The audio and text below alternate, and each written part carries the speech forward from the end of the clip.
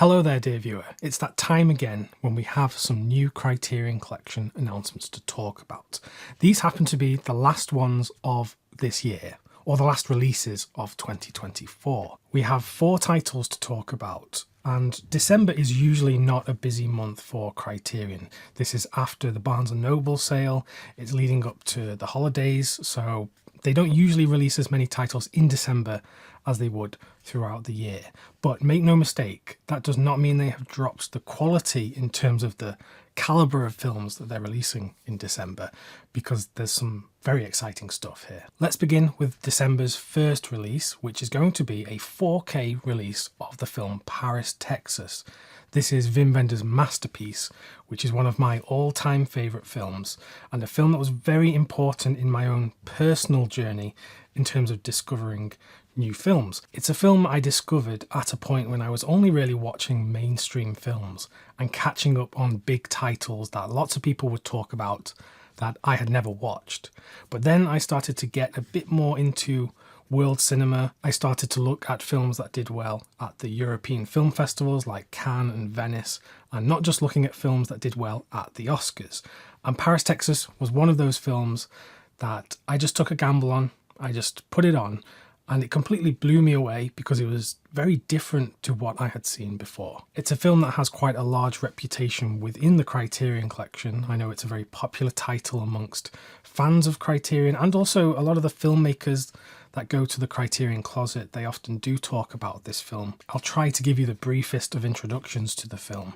The story follows a man who has disappeared for some time, and he left behind his wife and his young child. And out of the blue, years later, he appears in the desert, and he is found by his brother, who brings him back into society. The man is not speaking, he isn't really communicating, and while this man had been missing in action, his wife had also left their young son behind with the man's brother. So he had been the sort of father figure for this boy while his real father had been away. And over the course of Paris, Texas, we see this man, played brilliantly by Harry Dean Stanton, try to get some kind of relationship back with his son, and then also try to work out what has happened to his wife. I've definitely not done the film much service in describing it in that very brief way, because there's so much more going on under the surface here, and the filmmaking is just exceptional. Wim Wenders is a visionary director. Here he was aided by some great people in the cast and the crew.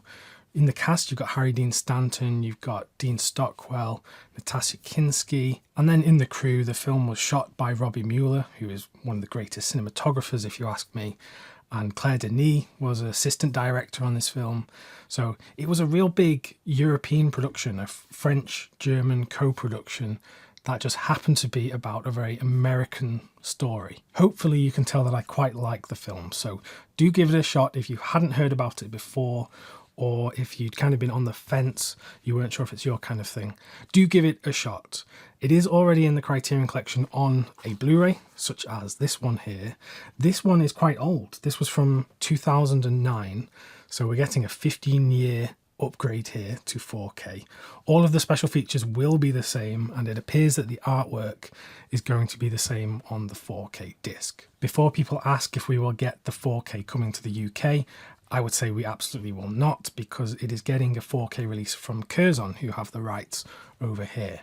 And it'll be interesting to see how the new Criterion 4K will compare to the Curzon 4K of Paris, Texas, when they both release. Even if you don't get the 4K or the Blu-ray, please just go and see this film however you can, because I think it's a masterpiece, and I would say it changed my life. Not to be too hyperbolic about it, it really is a film that changed my approach and my view of what cinema could be. So it was very important to me, and it could be to you as well. Next, we come to what I think will be the biggest takeaway from these new announcements for a lot of people, something to be very excited for: the 4K release of No Country for Old Men. The Coen Brothers film, which won Oscars. It is a fantastic film. Still to this day, it's a film that is just absolutely remarkable in so many ways. And this is the first time it's coming to the Criterion Collection. It's releasing on December 10th, spy number 1243. And this is one that I'm definitely going to be getting. There's no way I couldn't get this. I'm a huge fan of the Coen brothers.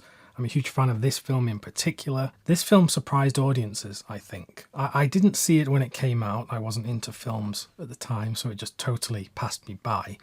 But I know prior to this, the Coen brothers were mainly known for their subversive comedies, satirical films, and they didn't really deal in capital D drama. And this naturally comes from the source material, the Cormac McCarthy story, which is, not a comedy in any sense whatsoever. But actually, it's a perfect fit that the Coen brothers did direct this story, because it plays out like many of what we've seen before from them.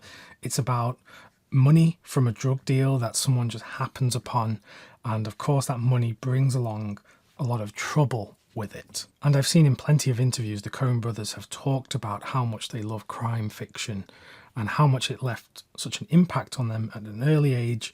And then going into their filmmaking career, you can see how that kind of carried through straight from Blood Simple and then basically everything onwards. So we're getting this 4K disc, and of course there is a Blu-ray version available as well.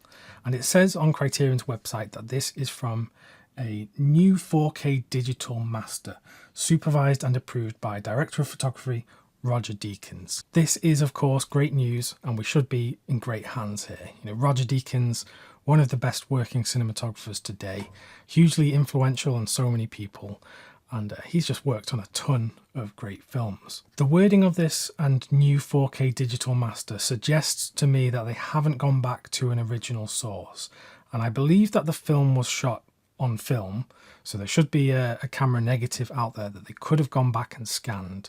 But just from the wording of this, if they had done a scan of the original camera negative, I feel like they would have mentioned that here. So I don't know what this means. It will be interesting to see what has actually taken place here in terms of a new 4K digital master.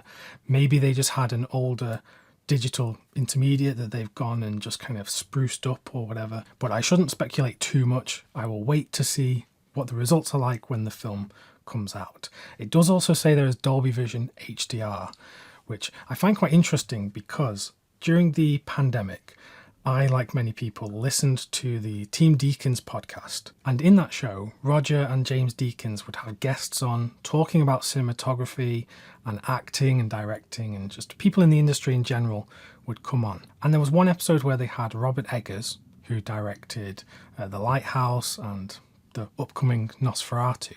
And he was talking about when he did the first 4K disc of The Witch, and they had to do an HDR grade, and it wasn't done correctly. So on the podcast, they had this discussion about HDR grading, and I'm pretty sure I can remember Roger Deakins not being a fan of HDR grades. So if I'm remembering correctly that he doesn't like the HDR grading process, it's quite interesting to see it present on this disc, and perhaps it won't be one of those where its inclusion on the disc is one that is going to blow you away compared to how the film has been presented previously. Anyway, that's all speculation at this point. It looks to be a great release. There are some new special features. There's a conversation with the Coen brothers. There's one with Roger Deakins. There are some archival making of features from behind the scenes. There's some archival interviews as well. So a lot to get into, and one that for sure I will be getting. Also releasing on December 10th, we have Federico Fellini's 8½, the classic masterpiece that is quoted by many filmmakers as being one of their favourite films. It is a film about filmmaking and the struggle of creative block and how that mixes up with one's personal life and the relationships that we have, and also a dissection of one's own childhood and memories and how this can affect you as an adult. Again, it's one of my favourite films of all time. So for me personally, this is a month of 4K upgrades that is just quite astonishing. We knew that this was coming at some point because a 4K master for this film has been floating around for quite some time now. And if I'm not mistaken, the 4K master was included on the Blu-ray disc that was in this thing here. This is the Essential Fellini box set, which came out a few years ago now. It is an astonishing set. So especially during sale time, if you can get this 50% off, this is absolutely worth the money. But when this came out, if I'm remembering correctly, both 8½and La Dolce Vita were Blu-rays that were sourced from new 4K masters compared to the older standalone Blu-rays from Criterion. So if I have that right, the master for the 8.5 Blu-ray in this set is the same that is going to be on the 4K. We're getting no new special features on the 4K upgrade, which of course is the same as always, although there is some new artwork. This new artwork is not the same as was on the older Criterion standalone Blu-ray. And in the notes on Criterion's own listing for this new release, there's no mention of HDR grade or Dolby Vision at all on this new disc, which might set off the alarms for some people.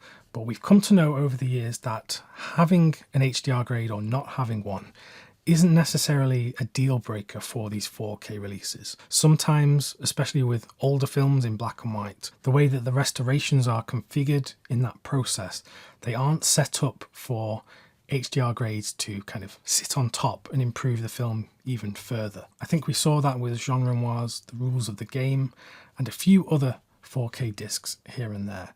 So not necessarily a bad thing that there's no HDR here.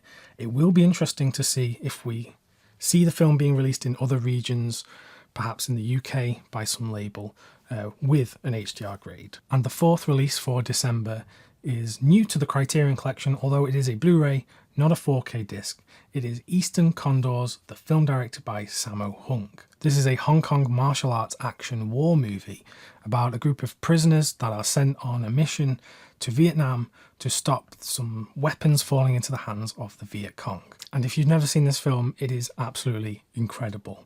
It had a release here in the UK from Eureka a few years ago, and I saw it there for the first time and absolutely loved it. And I find this release from Criterion actually very exciting because this to me looks like they are testing the waters on whether they would release more of this kind of martial arts Hong Kong cinema.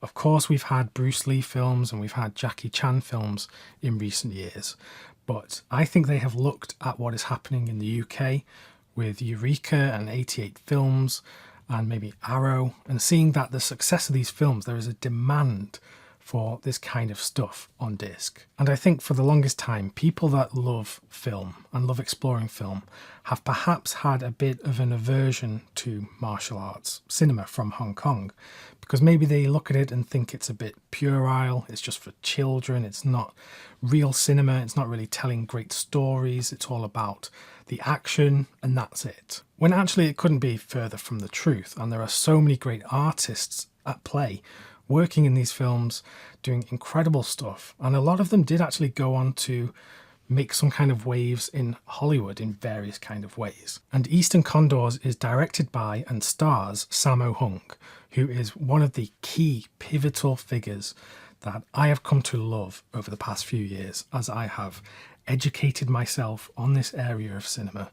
And I've seen so many of his films at this point, and he's so entertaining. He has a real physical presence, he has great comedic timing, and a lot of people have commented on the fact that because he is a bigger guy, they wouldn't expect him to be doing all of this wonderful choreography, and the fact that he pulls all of this stuff off. I mean, I could barely even do a forward roll on the floor. What I'm trying to say is he is an expert and just an all-round great character, and Eastern Condors is like, it encapsulates why he is so good, so entertaining, and so skilled. And that's only talking about the man himself, but if we look at the cast and crew in this film, there's just so many great people involved, and this would be a great place to start. If you're not into martial arts cinema, or perhaps you haven't seen much of it yet, Eastern Condors, this is one to give a chance when it comes out on the Criterion disc. It says that the Blu-ray is sourced from a 2K digital restoration. There is a new audio commentary with Tony Raines. Tony Raines is an expert on all things Asian cinema, so that should be very good to listen to, and I'm going to get this disc purely for that. There's also the 2K digital restoration of the English dub, the export cut here. There is a new interview with Sammo Hung himself. And then there are some archival interviews and an onstage performance from the Miss Hong Kong pageant. But what do you think of these announcements? Are any of them your cup of tea? Are you not really interested in these 4K upgrades? Because I've seen some people talking negatively about the fact that these 4K upgrades are taking up slots that in the past would have been new films to the Criterion Collection. And I think that is a fair point, actually. But to me, it seems like Criterion have actually realised that releasing these films again on 4K is good for customers because they get to experience these films in a higher quality, but also for Criterion, it can make them a lot of money. And hopefully in making more money, they can put that on projects for films that normally wouldn't have been financially feasible to restore and release. So fingers crossed that that's what's happening. But I'd like to hear from you to see what you think. If you'd like some more Criterion Collection recommendations from me, just click the video that's presented on screen right now, and I will recommend to you films that you've probably never heard of, perhaps. Thanks very much for watching, and I'll see you soon.